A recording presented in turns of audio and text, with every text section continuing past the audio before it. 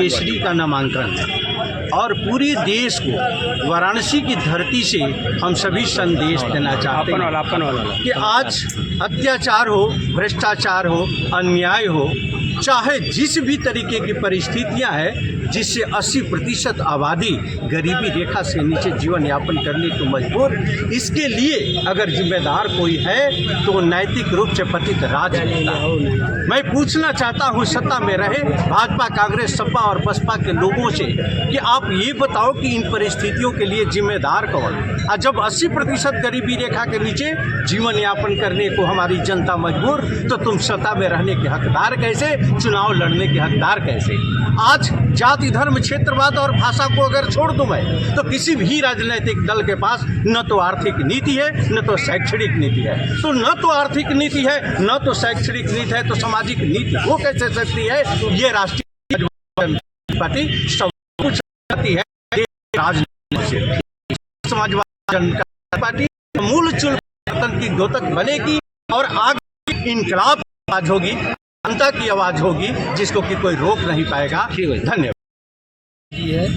मैं राष्ट्रीय समाजवादी जन क्रांति पार्टी का सांसद प्रत्याशी हूँ बनारस से। नामांकन करने आए हैं यहाँ पे मैं नामांकन करने आया हूँ वाराणसी के बनारस के लाल को जिताने के लिए, न कि कोई बाहरी को जिताने के लिए, क्योंकि बाहरी व्यक्ति काम नहीं कर सकता जो लोकल व्यक्ति बनारस का व्यक्ति कर सकता है। इसलिए मैं यहाँ से जो है बनारस के लोगों को न्याय दिलाने के लिए आया हूँ और उनके संघर्षों में साथ देने। अन्याय क्या हो रहा है बनारस वालों के लिए कि आप न्याय दिलाएंगे? अन्याय तो इतना है कि पूछिए नहीं, जीना मुश्किल हो गया है। 2-4 बताइए। व्यापारियों का जीना मुश्किल हो गया है। जीएसटी हमारी सबसे बड़ी समस्या है। जीएसटी से जो इतना समस्या है कि इन लोग जो कुछ कर ही नहीं पा रहा है। मंडी टैक्स, जीएसटी सबसे बड़ा समस्या है। स्टेट गवर्नमेंट, सेंट्रल गवर्नमेंट जरा भी ध्यान नहीं दे रही। सिर्फ ये कहते हैं कि हमने 1,60,000, 1,70,000, 2 लाख करोड़ कर दिया, 5 लाख करोड़ करना है। व्यापारियों का, जनता का खून चूस के 5 लाख करोड़ करेंगे, 10 लाख करोड़ करेंगे, तो जनता ही नहीं रहेगी तो 5 लाख 10 लाख करोड़ होगा क्या? जब जनता ही हमारी नहीं रहेगी, जनता सुखी नहीं रहेगी, सब कुछ महंगाई रहेगी। इनको गैस सिलेंडर, पेट्रोल सब महंगा है, कहाँ से ये रहेगी? अनाज, दाना, पानी सब महंगा है, सब कुछ इनको सस्ता चाहिए। अब भाव से चाहिए तभी ये जिंदा रह पाएंगे, नहीं तो नहीं रह पाएंगे, क्योंकि सैलरी तो बढ़ती नहीं उतनी। जब सैलरी नहीं बढ़ती तो ये महंगाई सपोज कैसे कर पाएंगे अपने को?